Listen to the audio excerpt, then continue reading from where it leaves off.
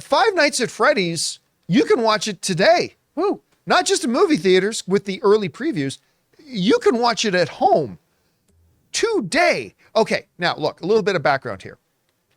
Five Nights at Freddy's is the only video game in history that has ever actually creeped me out. I've never found any other horror video game remotely creepy. I found some of them quite good, like good games, but I've never felt scared or creeped out or anything like that. Five Nights at Freddy's, for whatever reason, maybe it's because the first time I played it, it was like 11 o'clock at night and I was laying in bed with my tablet. So I'll give this game a shot. And then all of a sudden I felt like I needed to turn the lights on.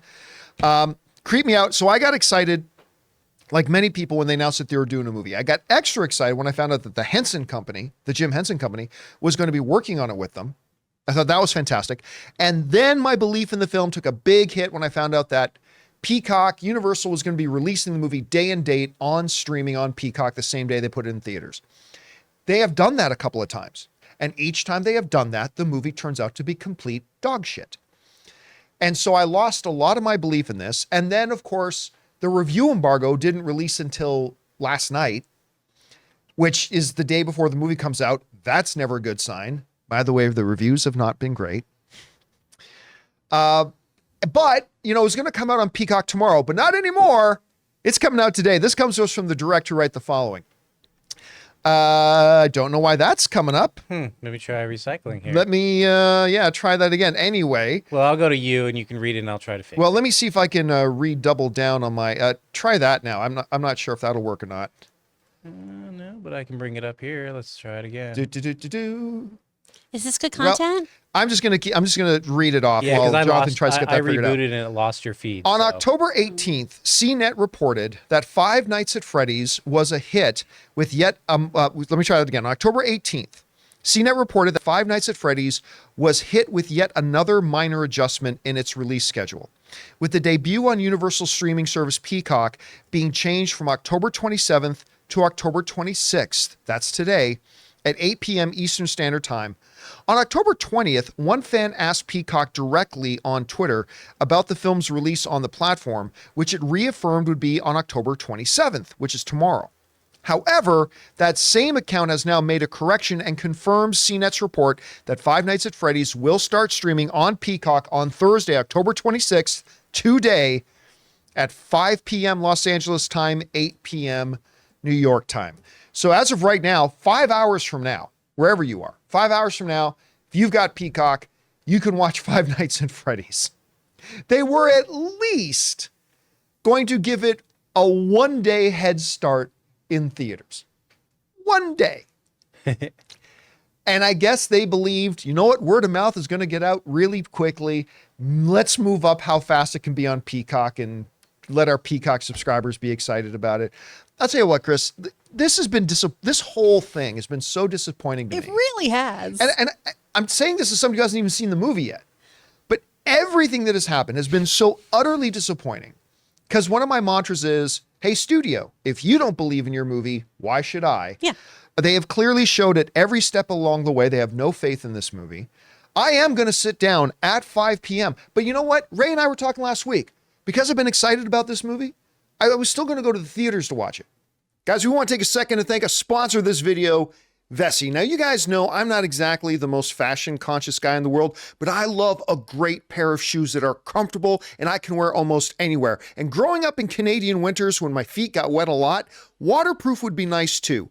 Enter Vessi. They make the claim that they're not just fashionable and super comfortable, they're also waterproof. Now, you guys remember, when I got my first pair of Vessis, I put them to the ultimate waterproof test. I actually stuck my foot in my pool, my feet stayed dry, and the shoes stayed dry.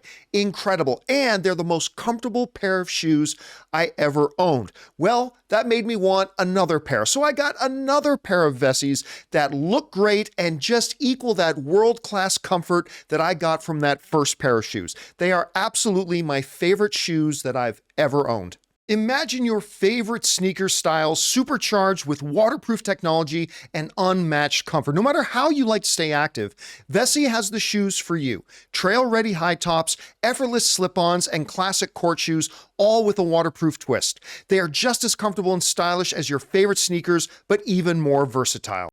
So guys, if you're anything like me and you want the most comfortable pair of shoes that look great, that you can take out hiking, wear to work, go to the gym, or walk through the water and snow, go to Vessi.com/Campea and get yourself a pair today. Go to Vessi.com/Campea and get 15% off your order using the code Campea. But they've just convinced me not to bother.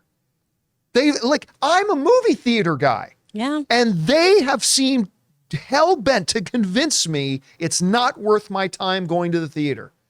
So at 5 p.m. tonight, I'm going to sit down and I'm going to watch it at home before I pop on Gen V and Loki. Thursday night television is great again. Game day. And and the Bills are playing tonight too. The Bills are playing the Money is playing? Buccaneers. What's that? Money's playing? Yes, dollar bills are playing. Man. I mean, that would be a really American team. I'm just saying. I'd have confidence in them. Michael in the live chat is saying right now, Five Nights at Freddy's is at 30% on Rotten Tomatoes. Which Okay. I'm not going to lie, is higher than I thought it would be from everything I've been seeing. So anyway, Chris, what do you make of this? Where's your hope level for this? I know you're not normally a horror person anyway, but there's something about this. I had such hope for this because I love the Muppets so much. So anything Jim Henson does, spooky or otherwise, if the Henson company is behind something, I am all for it. This game creeps me out so much. Unlike you, I am scared of all things. I can't play The Last of Us with the lights off or at night. And this was one that really, really messed me up. And I was so excited about it. And I was really pumped to actually go see it in a theater and experience it with people. And everything that has come out more and more about this movie has made me so completely disillusioned to any possibility that it's good. I have Regal Unlimited. I am probably going to watch this streaming because I want to yell at the screen based on everything that I've read so far. I really trust E-Man's reviews too. Shout out E-Man. And even he was like, it's not very good and it's really predictable. And he usually finds something good to say about stuff too. I'm not thrilled about this. I'm going to be having a very different 5 p.m. from you. I'm going to go to the Regal and I am going to go see Nightmare Before Christmas in 4DX, which will be delightful. And then maybe tonight I will stream this and, let's call a spade a spade. I'll probably get a little drunk and yell at the screen. Chrissy D'Anicio is going to make an appearance. Chrissy D'Anicio is going to make an appearance. And here's the thing too, normally I don't care whether a movie is PG-13 or R. Nah. Because you can do so much with PG-13. But even I, who am always like, PG-13's fine. That's usually me. But even I was like, for something like Five Nights at Freddy's, you'd think you'd want to lean into that kind of over-the-topness in some ways. You might want to do some big gory kills. You might want to do, something along those lines to really get it. But they went with PG-13 and now and I'm fine with that. It's like, hey, to tell your story, you need to be PG-13, fine. But it sounds like the movie's not any good anyway. So you might as well have leaned into the R rating anyway.